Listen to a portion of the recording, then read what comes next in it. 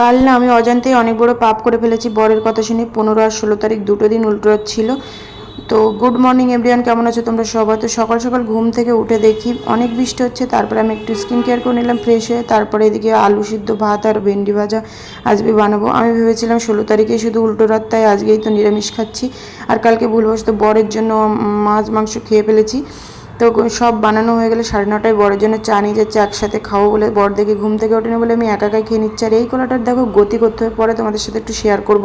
তারপর ঘরের সমস্ত সংসারের কাজকর্ম সেরে নিয়ে বর এদিকে কাজে চলে যাচ্ছে। তারপরে আমি ঘরের কাজ সেরে নিয়ে ঠাকুর দিয়ে একটু ভাত খেয়ে নিলাম। ভাত খাওয়ার পরে আমি মেকআপ ভিডিও শ্যুট করলাম 2 থেকে 3 ঘন্টা ধরে। তারপরে বিকেল 4:30 নাগাদ আমি পরোটা করলাম, আলুর দম করলাম। যেহেতু কালকে একাদশী ভাত খেতে পারবো না, আর আজকে 8:30 থেকে লাগবে। আর আমি সন্ধেবেলায় খেয়ে নেবো, কারণ 8:30 লাগবে বলে আর খেতে পারবো না। চলো, আজকে খুব কষ্ট হচ্ছে, এবার আমি একটু রেস্ট নেবো। টাটা, আজকে এই পর্যন্ত।